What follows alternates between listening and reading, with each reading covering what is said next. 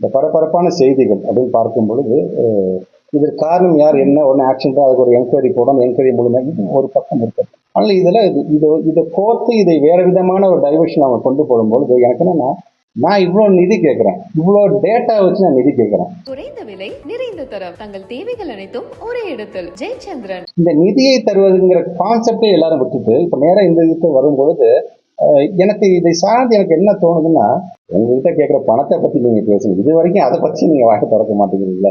இவ்வளவு டேட்டாஸ் எல்லா பத்திரிகை துறை ஊடகங்களுக்கு நம்மளுக்கு நண்பர்கள் நமக்கே தெரியுது. இவ்வளவு பெர்ஃபார்மிங் பண்றது 53 தாண்டி 62ங்கிற அளவுக்குலாம் வந்துருச்சு. வாசிப்பர் பல திட்டங்களை ஒன்றிணைத்து இப்படி கொண்டு வரும்போது அது சார்ந்து யாருமே அவங்க பதில் சொல்ல மாட்டாங்க. அதான் எனக்கு வேதனை தெரியா இருக்கு. அதனால அதை தயவுசெய்து டைவர்ட் பண்ண முதல்ல எங்க பணத்தை சார்ந்து நிதி சார்ந்து என்னவோ அந்த வார்த்தை. மகாவிஷ்ணுவோட அது ஏற்கனவே முக்கிய தெரியும். மாற்றுத்திறனாளிகளை சார்ந்திருக்கின்ற அந்த சங்கம் வந்து ஒரு புகார் கொடுத்துருக்கோம். அதன் அடிப்படையில் அவரும் கைது செய்யப்பட்டிருந்தார். அது காவல்துறையும் அவங்களும் சேர்ந்து அதை எடுக்க வேண்டிய ஒரு முடிவாக. ஆனால் ஒன்று மட்டும் நான் பார்க்கின்றேன், இந்த பரபரப்பான செய்திகள் அப்படின்னு பார்க்கும் பொழுது இதற்கு காரணம் யார், என்ன ஒன்று ஆக்ஷன் தான், அதுக்கு ஒரு என்கொயரி போடணும், என்கொயரி முழுமையாக இது ஒரு பக்கம் இருக்குது.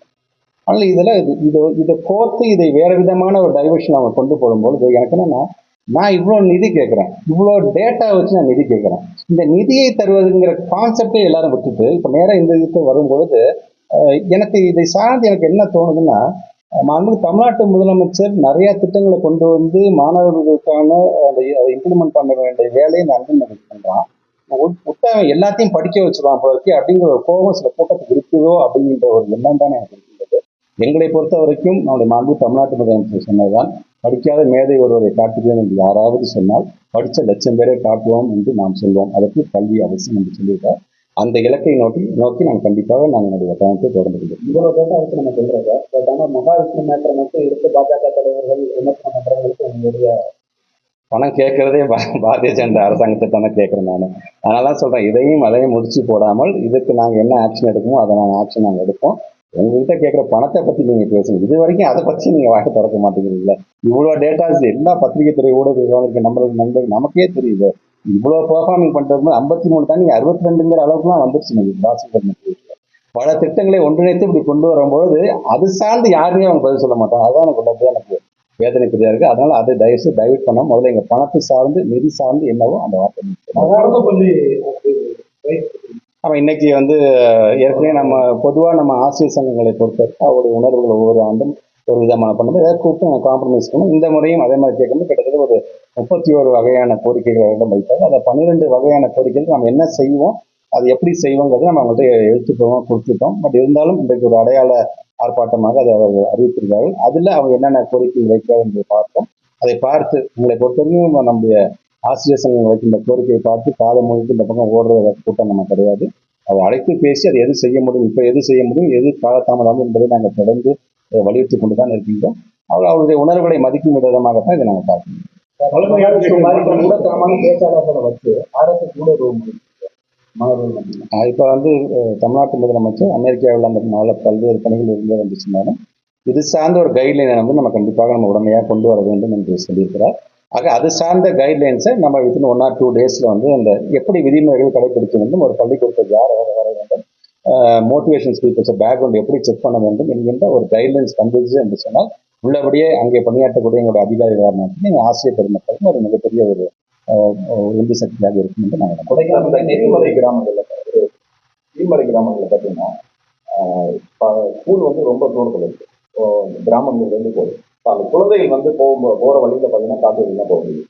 அவங்களுடைய பாதுகாப்பு நேற்று கூட பள்ளிக்கூடத்தை போய் பார்த்துட்டு வந்தேன். அப்போ பார்க்கும்போது அவங்க வில்பட்டி அதை பக்கத்தில் ஸ்கூல்லேருந்துலாம் வர்றாங்க. அவங்களுக்கு நீங்கள் சொல்கிற மாதிரி இங்கே இருக்கிற நம்முடைய அதிகாரிகளும் இங்கே இருக்கிற நம்முடைய மக்கள் தொகைலாம் சொல்லும்போது சில நேரம் காட்டுப்பகுதியில் வந்து விலங்குகள் நடமாட்டம் உள்ளதெல்லாம் இருக்கின்றது. இது இப்போ சரியான இப்போ நம்ம இவ்வளோ பேசுவோம் இல்லையா, நம்ம இப்போ எஸ்எஸ்சியில் ஒன்றும் அந்த காம்ப்ளைண்ட் இருக்குது, எஸ்பாட்டிங் அப்படின்னு ஒரு காம்ப்ளைண்ட். எங்கன்னா குறிப்பாக மலைப்பகுதியை சார்ந்திருக்கின்ற பிள்ளைகளை பள்ளிக்கூடத்துக்கு கூட்டிட்டு வரும் பொழுது அவளை அழைத்து வருவதற்கென்று ஒரு நிதி கொடுக்குறோம். இதுவும் பார்த்தா இப்படியே அந்த பிள்ளைங்க பண்ணலாம், அதுலேயும் கை வைக்கிறாங்க. ஸோ இப்படி எல்லா விதத்திலையும் வைக்கும்போது ஆனால் அந்த பிள்ளைகளுடைய பாதுகாப்பை நீங்கள் சொல்கிறது உறுதி செய்ய வேண்டிய கடமை. நீங்கள் சொல்கிற மாதிரி நம்முடைய மாண்பு தமிழ்நாட்டு முதலமைச்சர் அமெரிக்கிலிருந்து வந்ததுக்கு பிறகு இது சார்ந்து எப்படி ஒன்றிய அரசு இதுக்கான காற்றை பெற வேண்டும், அல்லது நீங்கள் சொன்ன இந்த பிள்ளைங்களோட பாதுகாப்புக்கு நாம் என்ன ஒரு மாநில அரசாங்கம் இங்கே நம்மளை பொறுத்த வரைக்கும் 1,27,00,000 பிள்ளைங்க நம்முடைய தமிழ்நாட்டில் இருக்கிறாங்க. எல்லா போர்டுலையும் படிக்கிறாங்கன்னு சொன்னால் நம்ம மாநிலத்தில் படிக்கிற பிள்ளைங்க நாம் பாதுகாக்க வேண்டும் என்கின்ற உறுதியோடு நாம் இருக்கின்றோம். இதையும் கண்டிப்பாக நம்ம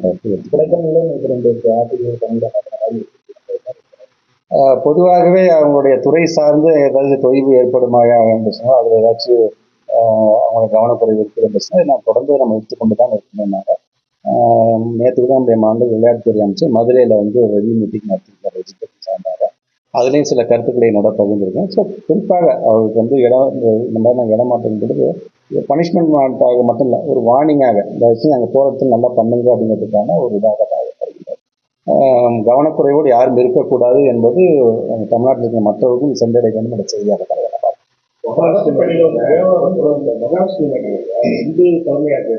மாவட்டம் விட்டு மாவட்டம் இடமாற்றம் செய்யப்படுகிறாங்க. அதை திருப்பி வாங்கிறதுக்காக வாய்ப்பு இருக்குது. இது வந்து ஒவ்வொருத்தரோட கருத்துக்கள். எங்களை பொறுத்த வரைக்கும் இக்னரன்ஸும் கூட நம்ம யாரும் சொல்லிடக்கூடாது. ஏன்னா உங்களை நம்பி தான் இந்த பிள்ளைங்க நாங்கள் ஒப்படைக்கிறோம். பள்ளிக்கூடத்தோட பெர்மிசஸோடைய தலைவர் தலைவி அது ஒரு குடும்பம் மாதிரி. உள்ளுக்குள்ள வந்து கதவை சாத்திட்டா அது நீங்கள் தான் ஹெச்எம்ஸ், நீங்கள் தான் உங்களோட பொறுப்பு.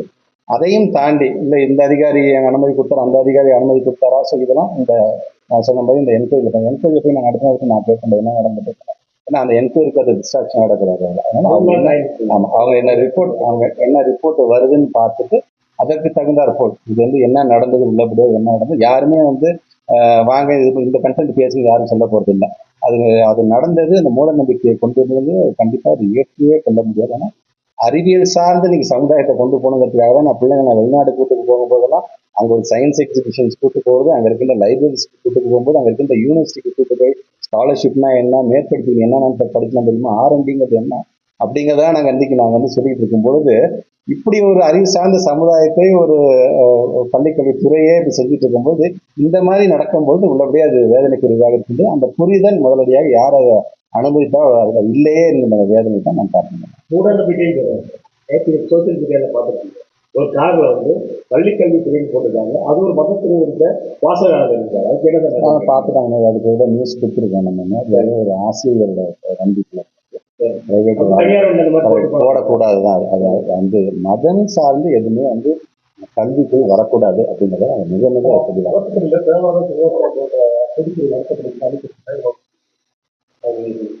அது அமைச்சர் அவரே பதில் கொடுத்துருப்பார் நினைக்கிறேன். அதை பொறுத்த வரைக்கும் ஹெச்ஆர்என்சிங்கும் போது டிபார்ட்மெண்ட்டே அது வேற. அதனால அவருடைய சார்ந்து அதுக்கே அவர் முறையான விளக்கத்தையும் அவர் வழங்கியிருக்காருன்னா அதை நான் குறைந்த விலை நிறைந்த தரம் தங்கள் தேவைகள் அனைத்தும் ஒரே இடத்தில். ஜெயச்சந்திரன்.